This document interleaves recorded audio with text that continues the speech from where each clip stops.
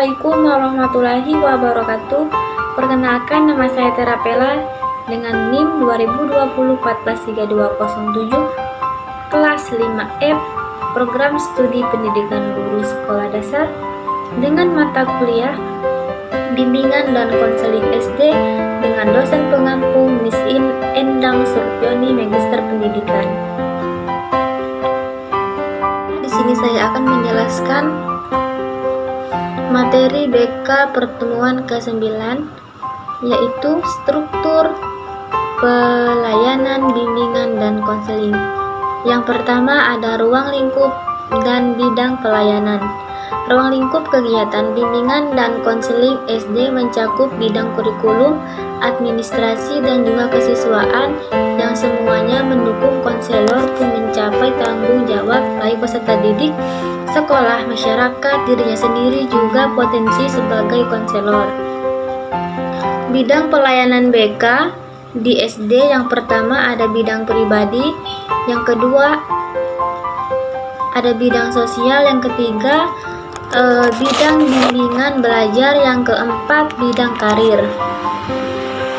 Nah, saya akan menjelaskan dengan bidang yang pertama, yaitu bidang pribadi. Pelayanan BK membantu siswa SD menemukan dan memahami serta mengembangkan pribadi yang beriman dan bertakwa terhadap Tuhan Yang Maha Esa, mandiri dan orientif serta sehat jasmani dan rohani. Yang kedua ada bidang sosial, membantu siswa SD dalam proses sosialisasi untuk mengenal dan menghubungkan dengan lingkungan sosial yang dilandasi budi pekerti, luhur, dan serta tanggung jawab. Yang ketiga ada bidang bimbingan belajar, membantu siswa mengembangkan kebiasaan belajar yang baik dalam menguasai pengetahuan, keterampilan, serta menyiapkan untuk melanjutkan pendidikan pada tingkat yang lebih tinggi. Yang keempat ada bidang karir, membantu siswa mengenali dan memulai mengarahkan diri untuk masa depan karir. Materi nomor 2 yaitu fungsi, prinsip, dan azas. Fungsi yang pertama ada pemahaman tentang dirinya, masalahnya, lingkungan, dan pihak terkait. Yang kedua ada pencegahan, menghindari timbulnya masalah, mempengalami peningkatan kemampuan dirinya, memberikan dukungan. Yang ketiga ada penegasan, yaitu langkah kecerdasan, diagnosis, dan cara pelaksanaannya. Yang keempat ada pemeliharaan, yaitu memperlihatkan sesuatu agar tidak rusak atau merusak. Yang kelima ada pengembangan, yaitu mengusahakan lebih baik. Nah, yang prinsip, yang pertama diberikan kepada individu yang sedang dalam proses berkembang. Yang kedua diberikan kepada semua siswa. Yang ketiga dilaksanakan dengan kepedulian semua segi perkembangan siswa fisik dan psikis. Yang keempat ada mencernakan kemampuan individu menentukan pilihan. Yang kelima ada bagian terpadu dari proses pendidikan. Yang keenam ada membantu siswa menganalisiskan dirinya.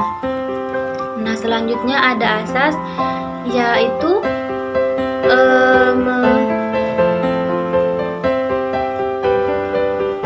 menurut proyek tahun 2009, asas-asas bimbingan dan konseling yaitu asas kerahasiaan, kesukarelaan, keterbukaan, kekinian, kemandirian, kegiatan, keadministrasian, keterpaduan, kenormatifan, keahlian, keahli tangan, dan tuthuri handayani. Ada kegiatan pendukung dan format layanan. Yang pertama ada aplikasi instrumentasi, mengumpulkan data dan keterangan tentang peserta didik baik secara individu maupun kelompok.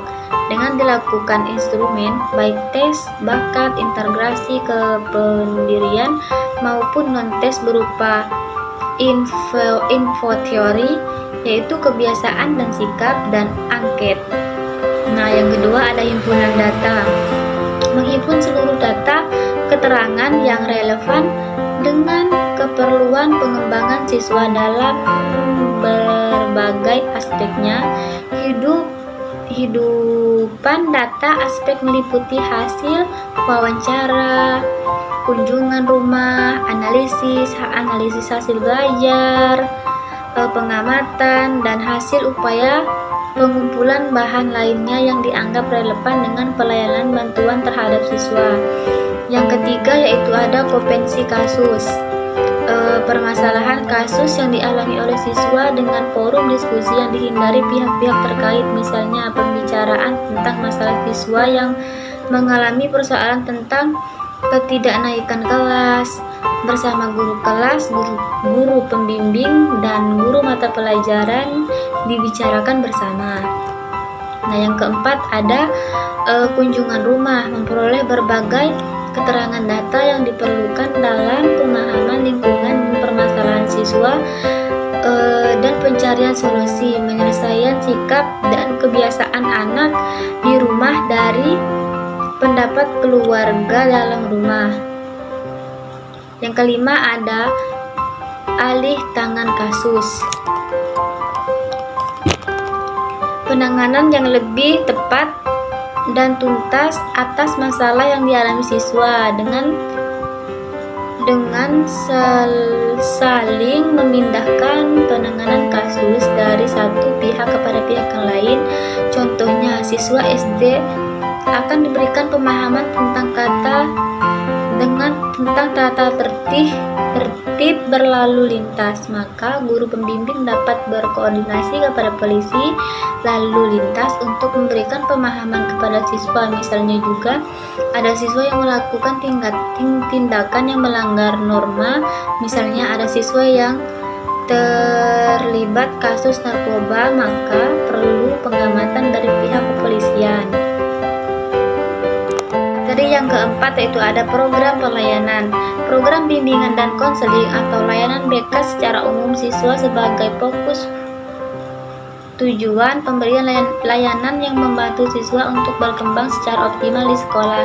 Dalam layanan BK memiliki tanggung jawab dan melakukan hubungan kerjasama dengan berbagai pihak, yaitu orang tua, kepala sekolah, instansi pemerintah, swasta, organik profesi, tata usaha, wali kelas, dan guru mata pelajaran.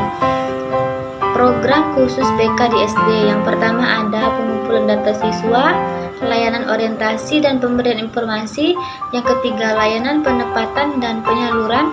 Yang keempat ada layanan penetapan dan penyaluran bagi kelas 1. Yang kelima layanan penetapan dalam ekstrakurikuler.